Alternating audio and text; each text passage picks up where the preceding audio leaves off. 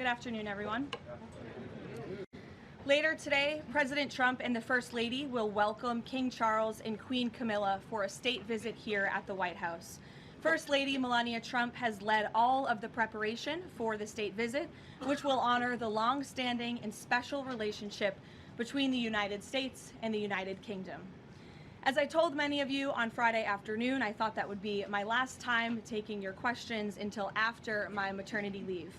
But given the attempted assassination of the president and, quote, top Trump administration officials, as the depraved shooter noted in his manifesto at the White House Correspondents Association dinner on Saturday evening, I felt it was prudent to be here today to answer your questions and inform the American people about how the administration is responding to yet another attempt on President Trump's life.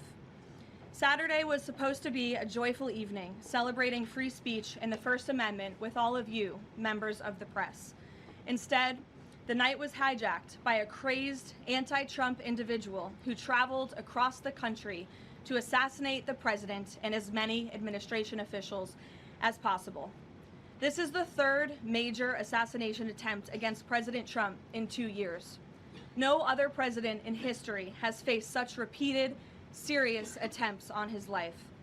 First and foremost, the President, the First Lady, and everyone in this White House are extraordinarily grateful to the brave law enforcement professionals who sprang into action to apprehend the would-be assassin and keep all of us safe. The President would especially like to express his gratitude to the men and women of the United States Secret Service who acted with the utmost professionalism, courage, and sense of duty. This includes the heroic agent who took a bullet to the chest. Thankfully, he was saved by his bulletproof vest. Minutes after returning here to the White House to the Oval Office, despite fighting Secret Service to try to stay and keep the dinner going on Saturday, ahead of addressing you here in the briefing room, President Trump was intent on speaking to this brave agent to ensure he was okay, and the agent assured the president that he was.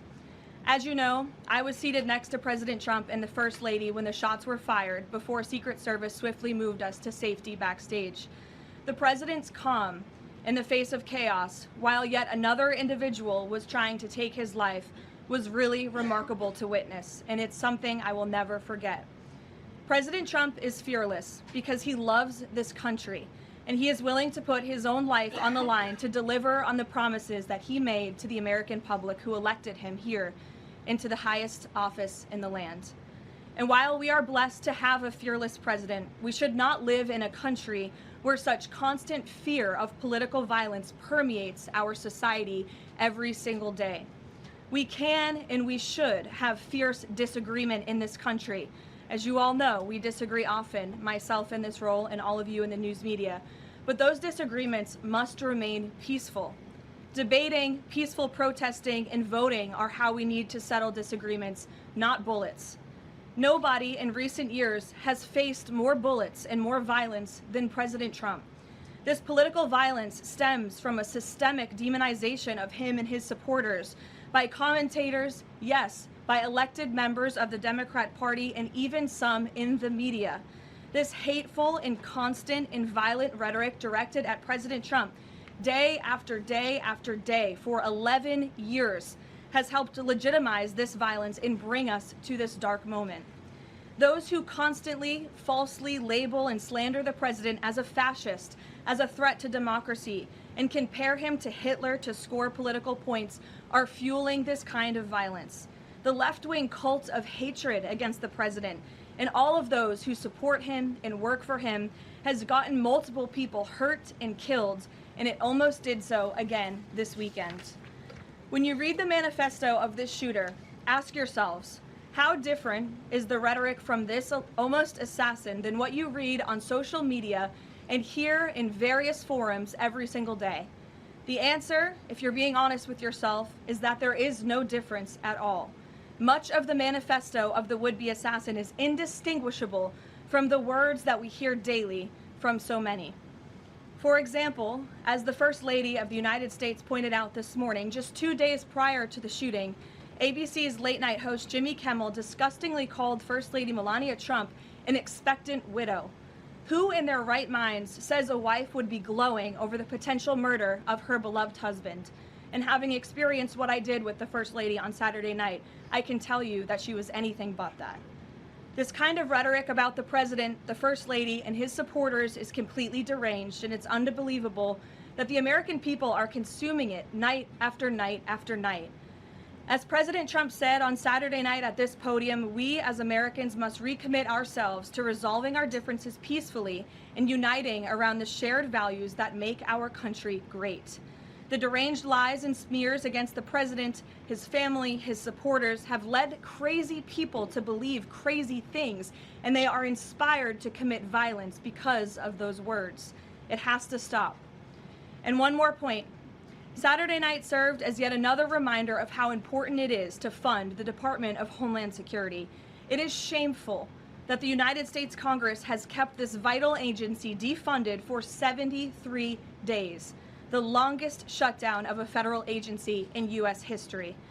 The Secret Service is a vital component of DHS. It has been directly impacted by this reckless political gamesmanship. Everyone in this room who was there on Saturday night witnessed the heroes of Secret Service and federal law enforcement jump into action in the face of grave danger and uncertainty. Agents put their own lives in harm's way to protect the president, the First Lady, the Vice President, and members of the cabinet. One agent can be seen in video footage literally jumping onto the stage, not knowing where the attacker was or where the bullets were coming from at that point, to place his body in front of the President of the United States. These men and women are heroes. They perform their duties daily, and they have children and families too. And they do it despite the political turmoil surrounding their agency. Make no mistake, this defunding of DHS should be a national scandal. If Republicans defunded DHS and we saw another attempted assassination on a Democrat president, I would hope that the media coverage would be relentless and unforgiving, and I hope that it continues to be now. With the World Cup, America 250, the 2028 Olympics, and a presidential election all ahead, the Democrats' obstruction is placing an enormous and totally pointless burden on the Secret Service that can get more people killed. Enough is enough. There should be no further debate about this. Democrats need to do what President Trump has been calling on them to do for 73 days in a row and fund the Department of Homeland Security, period. This is a national emergency, and every member of Congress needs to put their country over party and get the Department of Homeland Security funded. Jelajahi cara baru mendapatkan informasi. Download MetroTV Extend sekarang.